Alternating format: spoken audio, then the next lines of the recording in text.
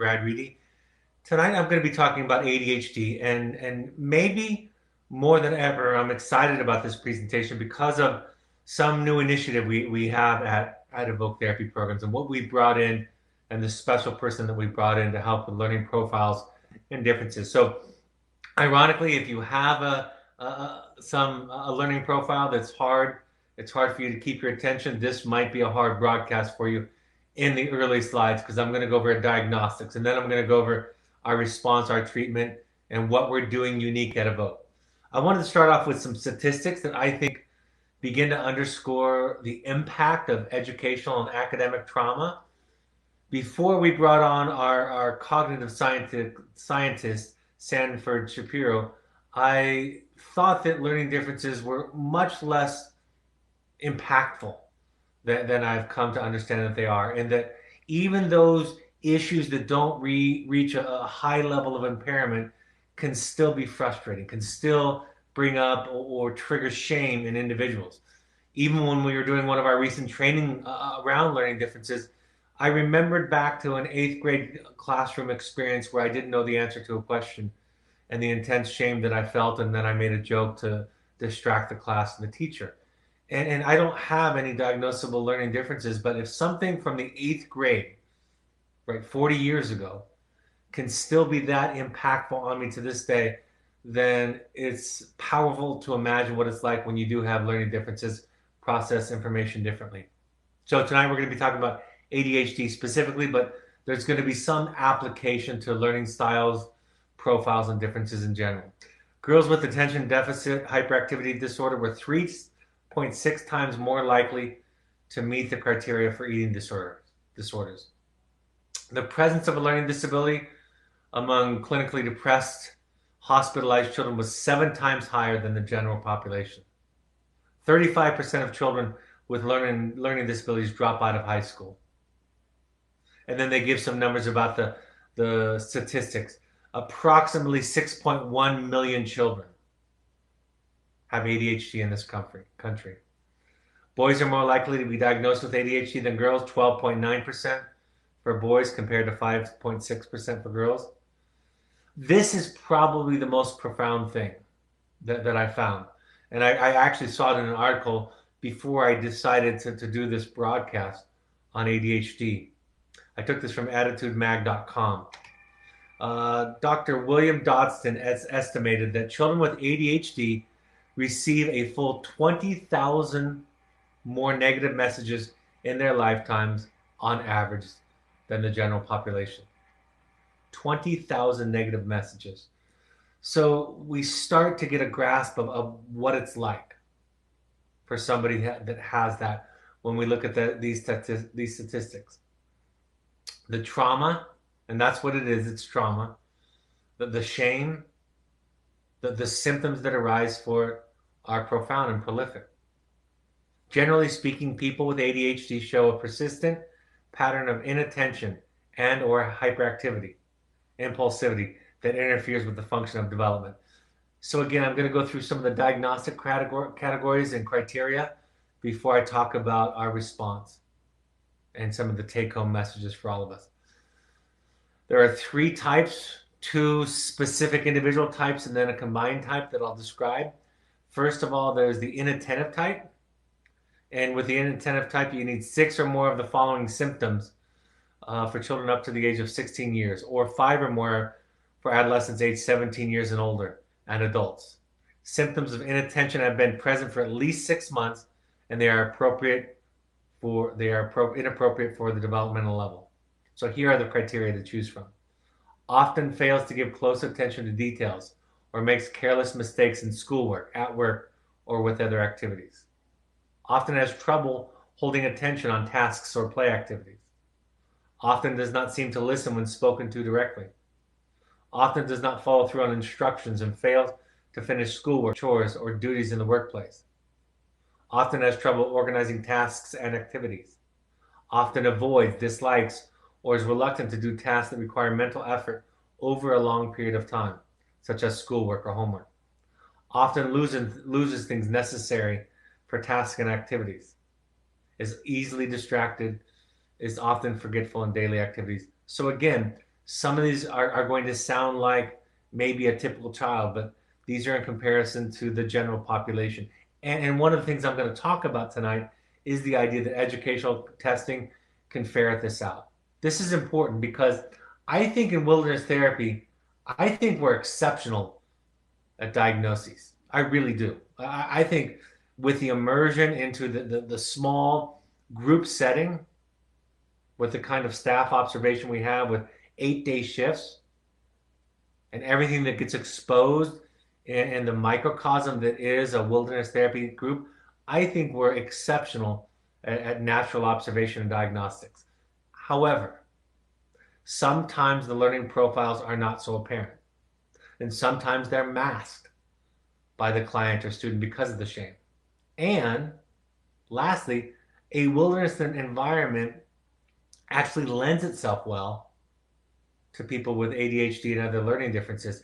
It's not a sit in one spot and stare at a teacher and listen to a lecture and reading and writing as much as it is in an academic setting. One of my very favorite stories about accommodations is from one of our therapists at Evoke. And his mother was a teacher, his father was a teacher, at least 2 or maybe even 3 of the family members in the immediate family had ADHD. And because mom knew about this and was a bulldog, what she did was she made sure that teachers accommodated her son. For example, he was allowed to stand up in the back of the class and pace, which is what he does to this day when he's doing his work. She made sure that he had time each morning to exercise. And on long family trips, the dad also happened to be a track coach, a state champion, multi-year state champion track coach. The boys would get out of the car and they would run in the morning on long trips along the frontage road with the car. So mom and dad saw the needs that were unique to their children with ADHD and met them and even advocated for them in the classroom. And this therapist, my friend, my colleague to this day says he doesn't know that he would have made it out of high school, definitely not through college, without the support of his mother. And he says it with tears in his eyes because it was not an easy thing for her to do. So I just wanted to insert that there because I think it illustrates how the importance of sensitivity to each child's differences. Now let's talk about hyperactivity and impulsivity as a separate category of ADHD. Again, 6 or more symptoms for children up to the age of 16, or 5 or more for adolescents age 17 or older, and that includes adults. Must be present for 6 months and must be disruptive and inappropriate for the person's developmental level. So here are the criteria where the 6 or 5 must be chosen from. Often fidgets with or taps hands or feet or squirms in seat. Often leaves seat in situations when remaining in the seat is expected. Often runs about or climbs in situations where it is not appropriate. Adolescents or adults may be limited to feeling restless. Often unable to play or take part in leisure activities quietly. Often on the go, acting as if driven by a motor. Talks excessively. Blurts out an answer before the question has been completed. Has trouble waiting their turn. And lastly, often interrupts or intrudes on others. Butts into conversations or games. So we talked about the inattentive type. Now this is the hyperactive or impulsive type. And then you can have a combination, a combined type. And for the combined type, several inattentive or hyperactive impulsive symptoms were present before the age of 12. Several symptoms are present in 2 or more settings. There's clear evidence that symptoms interfere with or reduce the quality of social, school, or work functioning. That's the criteria for all mental health diagnoses. You might find it humorous, and most people find it interesting, that when you're studying psychology and diagnoses in school, that you begin identifying with every single category and diagnosis. That's a very common thing to do. Similar, I've heard stories about that with medical students. Right? You begin to identify with the descriptions of diagnoses. But the difference is that it becomes an impairment in one of the important spheres of life, of functioning: social, academic, work and job.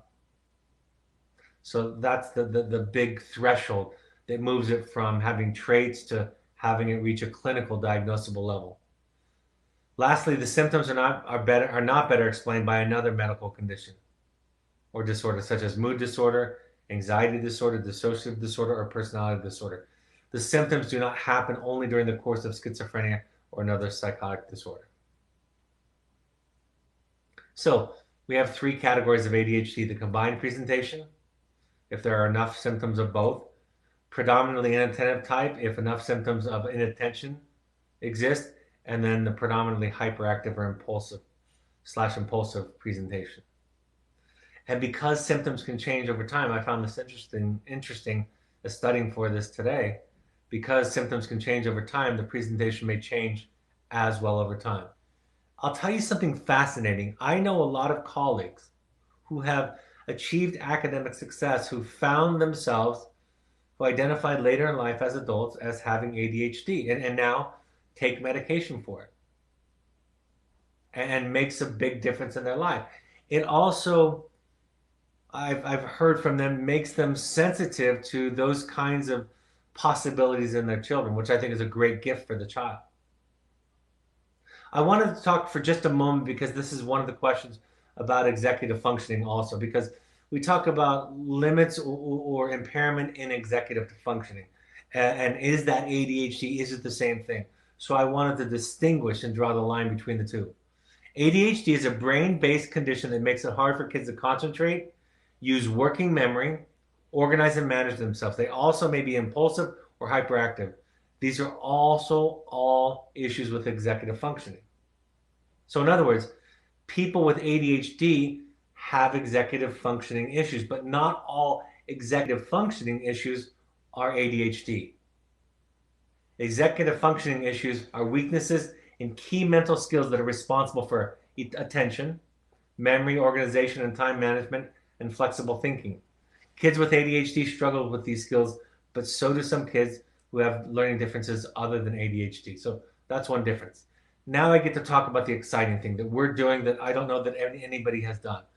A very dear friend and colleague of mine, Sanford Shapiro, approached us several months ago with this idea. He already had a love for evoke therapy programs, and he wanted to bring his passion for the cognitive sciences to our program, wanted to augment and add his knowledge so that it could even be better. He's semi-retired, so he was in a position to make us an offer that we couldn't refuse.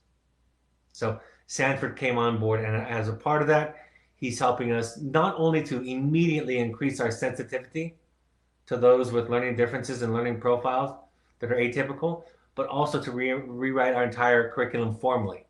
So staff and therapists just don't have to make the decision on the fly to adjust the vehicles for the assignments. So I'm going to say a little bit about Sanford from his bio. He's a learning disabilities specialist who is highly sought after as a trainer and speaker, noted for his ability to bridge the gap between therapy and cognitive science. I have found such a synergy with him because as we're talking about his approach to teaching, the overlap between the way that he thinks and goes about treating people with learning differences is so much the way that we talk about, and I teach our therapists to think about the clinical presentation and intervention. And most importantly, that there's no generic solution and that each person should be considered individually. And that it really takes, first of all, a foundation of an awareness of your own learning profile as a starting point to be able to see other people. So one of the things that he introduced to the staff at Evoke from the beginning was us looking at studying our own learning profiles. That is an important aspect, he believes, as a starting point. He's written a child's book. One of the things that he told me that was fascinating, that really piqued my interest when he was first presenting the idea of coming on board as a special consultant. The idea was, he said, he learned early on in his career in working with specifically children, young people with dyslexia, that techniques that help people with dyslexia to read more efficiently and with greater capability and attention and retention, he learned that those same techniques apply to all readers. And there's so much of a discussion in our field these days on finding a more and more specific niche to reach more people.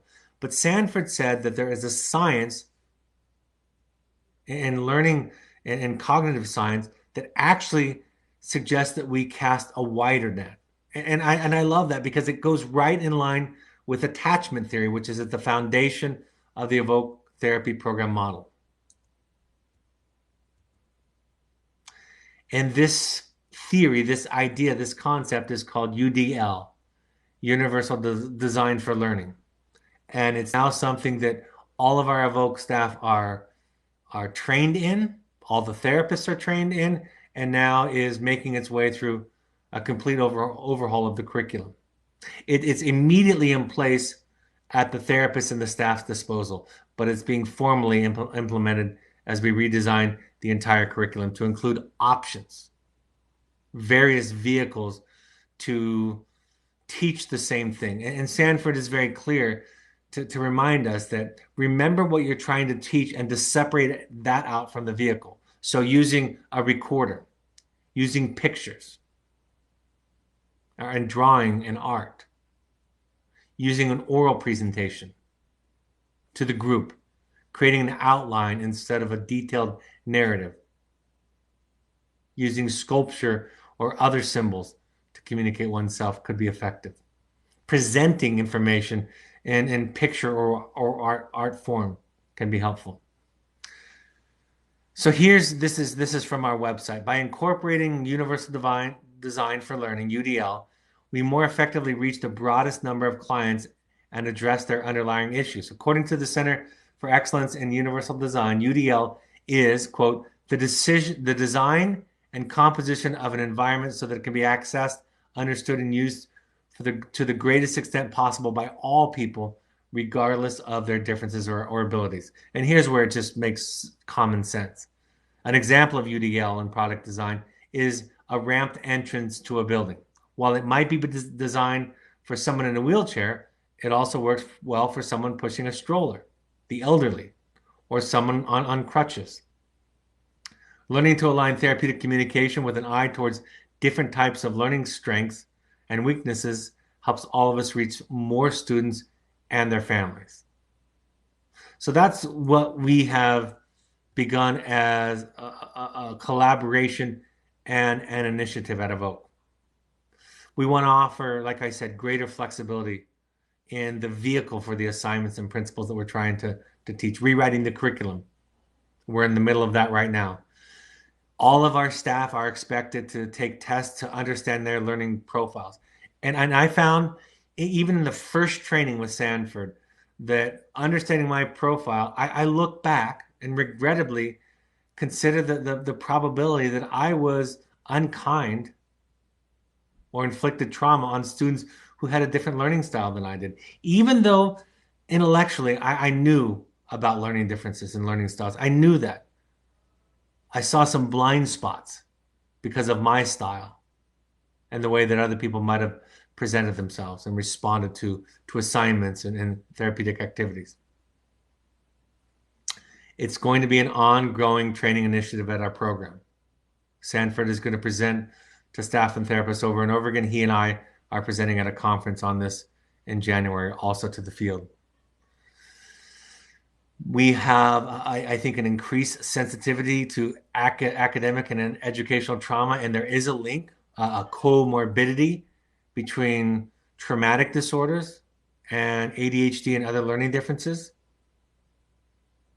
And an important thing is to de-shame learning disabilities. Sanford shared with us examples from popular culture that many of you might be familiar with of people in history that have accomplished incredible things, although they suffered from ADHD. And I say suffered, and I think that's mostly because the environment was set up for round pegs, if you will, and they were a square peg. And so the round holes of the environment didn't fit. Create a UDL culture, a universal design culture, not just academically and educationally, which we are, but also therapeutically. Well, how can we reach a broader population of parents and children? And to encourage more and more assessments and have that inform our recommendations going forward. Because, like I said in the beginning, I've seen this in my career vividly. Children with moderate ADHD oftentimes don't struggle as much in a wilderness therapy program as they do in a classroom. In other words, the environment, the context of outdoor experiential therapy is a broader net. Doesn't require such narrow responses from people who might have various atypical learning styles or profiles. So the take home, it's specific to ADHD, of course, but the take home is that it's commonplace and that the trauma is significant. I talk, and you all know this, I talk extensively about the impact of a parent and the family system on a child. I talk about that all the time, principally because that's the thing over which we have the most control. But we need to add this to the equation that school or academic trauma are an important part of it. And it requires us as parents to be more sensitive and aware and educated and to advocate more for our children. Educational testing. If there's any doubt, right, we can look at school problems as an indicator for psychological, emotional, mental health addiction issues for sure. But we can also consider the fact that those school problems could also be the source. There's a high correlation between substance abuse, oppositional defiant disorder, and ADHD and other learning profiles, other learning differences. Consider the implications for universal design. Ask for, look for, talk to schools and programs about accommodations. Talk about academic and educational trauma with your child. If you can come up with some of your own, something profound happened in our training. Several of our staff shared in a very raw and honest way their own educational and academic trauma. That came out from the discussion. Shame. Shame is universal.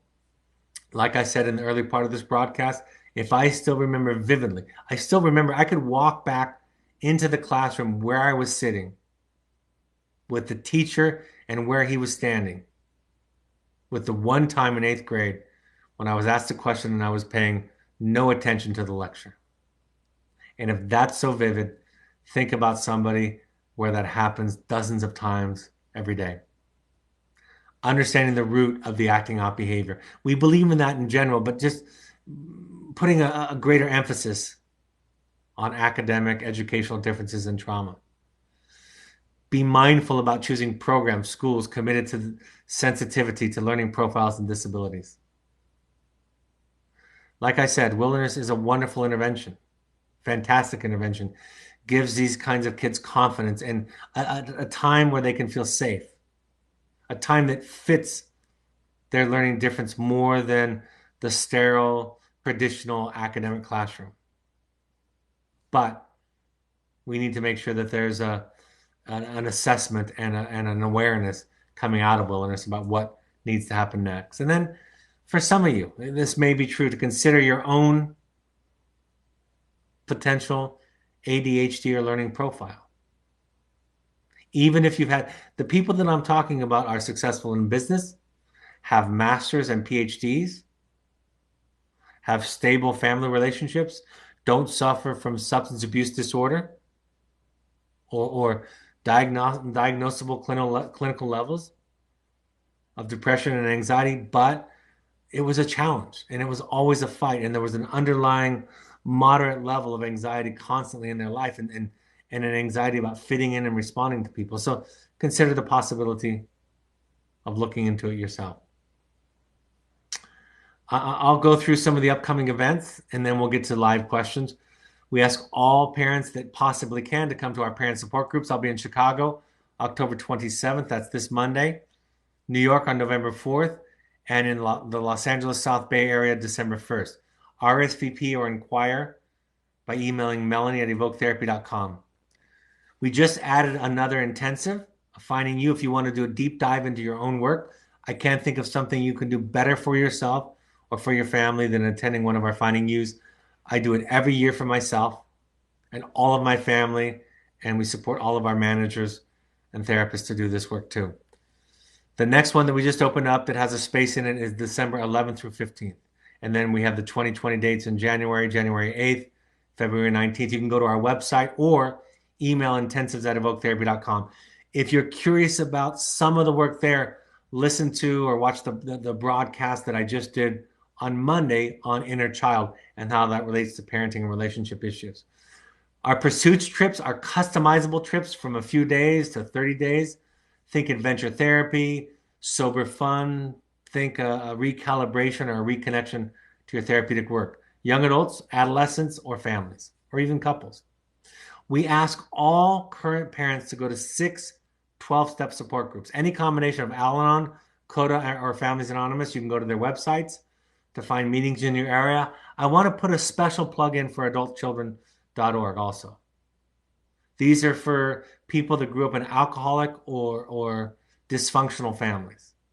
And my measure of dysfunctional is a lot more sensitive than most people's. It's just growing up in a family of humans.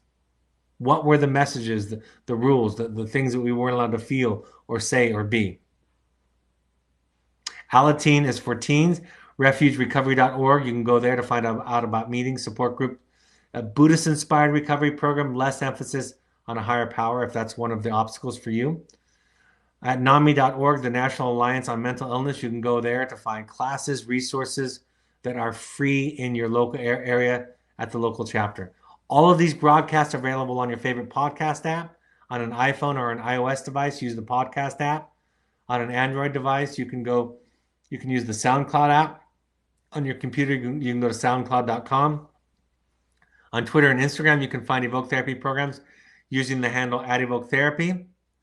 You can find the Summit Lodge, our intensive programs, on Instagram using Evoke Summit Lodge as the handle. You can find Evoke on Facebook by searching Evoke Therapy programs. We need more Alumni Foundation members, board members. So please go to the Facebook page if you're interested in giving back and helping people, helping raise money and awareness for people who can't afford therapy. Go to the Facebook page and search Evoke Family Foundation. They're desperately in need of new board members. If you have expertise in fundraising, in legal areas, or if you just want to give back and you have energy for that, please go there. The Evoke Therapy blog has new content and information up each week. My book, The Journey of the Heroic Parent, is available on Amazon. Also, Audible or audio versions are available there. All right, I'm happy to take any live questions that might come in, if anybody has any. Somebody writes, I believe that my child will do well, quote unquote, in wilderness therapy, but will he be able to ever function in a normal high school or college classroom? It's a fair question. I mean, that's one of the questions to be asking your wilderness therapist. If he hasn't had recent psychoeducational testing, get it done if you possibly can, and have that be a part of his entrance into the next phase of his academic career, high school or college. High schools are required to make accommodations. Colleges are required to make accommodations if they're paid for with federal funds, or excuse me, with state funds in most states.